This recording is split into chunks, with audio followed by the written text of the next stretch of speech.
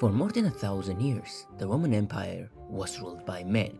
From Augustus Caesar to the battle-hardened warriors of Constantinople, the throne was a blood-soaked arena where only the most ruthless men survived.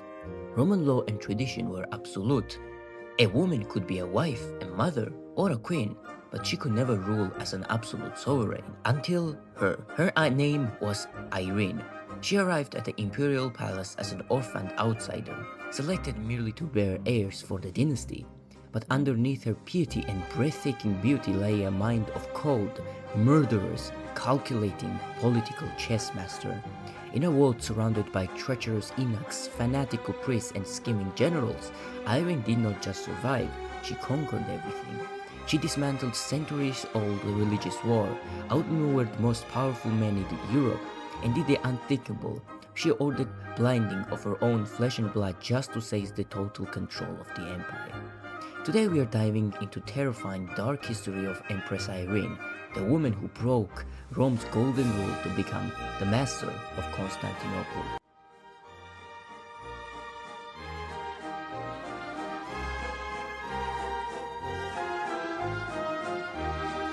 To understand Irene's staggering rise, we have to take a look at where she came from.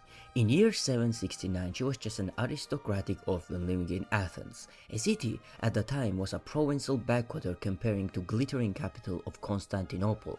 But Irene possessed a legendary beauty and undeniable poise. When Emperor Constantine V held an imperial bride show, where a pageant where most elite women of the empire were inspected like livestock, Irene was chosen to marry the heir to the throne, Leo IV. But Irene was stepping into a theological minefield. Byzantine Empire was tearing itself apart over iconoclasm, a brutal religious civil war. The ruling dynasty fiercely believed that religious icons and paintings of saints were sins against God, and they violently smashed images and persecuted anyone who kept them. Irene, however, was a secret iconodule. It means that she absolutely passionately revered religious icons. For years, she played the submissive loyal wife, hiding her true beliefs from her fiercely anti-icon husband. Then, in 780, her husband, Emperor Leo, suddenly died under the mysterious circumstances, leaving behind their 5-year-old son, Constantine VI. Instantly, the vultures circled. Powerful generals and Leo's half-brothers prepared to launch a military coup to seize the throne from the helpless child and a foreign widow. They thought Irene would be an easy meat, but they drastically underestimated her. Before the conspirators could even assemble their troops, Irene acted with terrifying speed. She uncovered the plot, arrested the leaders, forced her husband's brothers to be forcibly ordained as priests, rendering them ineligible for the throne, and made them to serve communion in the public on a Christmas day to signal their absolute defeat.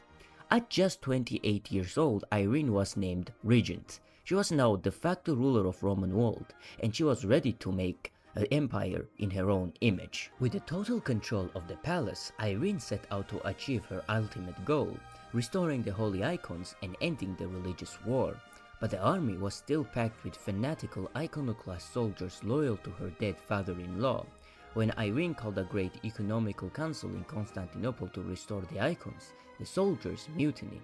They marched into the church with drawn swords, threatening to slaughter anyone who supported Irene. Irene was forced to back down, but she didn't lose, she just changed strategy. Irene orchestrated a stroke of political genius. She announced a massive military campaign against a fake foreign threat, marching the rebellious troops out of the capital. Once they were far away, she quietly disbanded them, stripped them of their weapons, and replaced the entire capital garrison with troops fiercely loyal to her. In 787, she called the famous Second Council of Nicaea. With her loyal guards securing the doors, the council officially restored the veneration of icons. Irene was celebrated as a hero of the Christian Church, a second Saint Helena.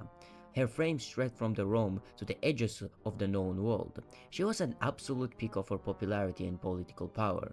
But as her power grew, so did her son. The Constantine VI was no longer a little boy she could control. By the time Constantine VI was 15, he was legally old enough to rule on his own.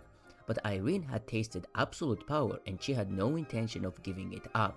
She forced the court to swear an unprecedented oath. that Irene's name must have always been written before her son's in imperial decrees. Constantine was furious. He was rightful emperor, yet he was treated like a prisoner in his own palace. In 719, military revolted in the favor of the young prince. They overthrew Irene, banished her from the palace, and placed Constantine VI in the sole command. But Constantine was disastrous, incompetent ruler. He suffered embarrassing military defeats against the Bulgars, blinded his own popular uncles out of paranoia, and scandalized the church by divorcing his wife to marry his mistress. Within few short years, the entire empire despised him. Seeing her opportunity, Irene quickly returned to the capital, using her immense wealth to bribe the palace guards and senators right under her son's nose. In 797 of August, Irene struck. Her conspirators ambushed Constantine in the palace, dragging him into the very purple chamber where he was born. On Irene's direct, explicit orders, the guards pinned the young emperor down and gouged his eyes out with such horrific violence that he nearly died from the blood loss. Constantine was locked away, blind and broken, never to be heard from again. For the first time in Roman history, a woman sat on the throne not as a regent, but as a sole supreme monarch. She didn't sign her documents as Empress. She signed them as Basileus, the emperor. Irene had won total power, but her crime shocked the Western world. In Rome, Pope Leo III declared that because a woman was sitting on the throne of Constantinople, the Roman Empire was technically vacant. On Christmas Day in the year 800, the Pope crowned Charlemagne as the new Holy Roman Emperor, fracturing the Christian world forever and putting a foundation to the great schism that would come in the future. Irene's reign of blood did not last long. Just 5 years after blinding her son, the bankrupt treasury and palace conspiracy caught up to her. In 802, she was overthrown in a swift coup, stripped of her titles and exiled to the island of Lesbos, where she spent the final year of her life earning a living by spinning wool. Irene of Athens climbed from the depths of obscurity to the apex of human power, proving that a woman could wield the brutal machinery of Rome just as fiercely as any man.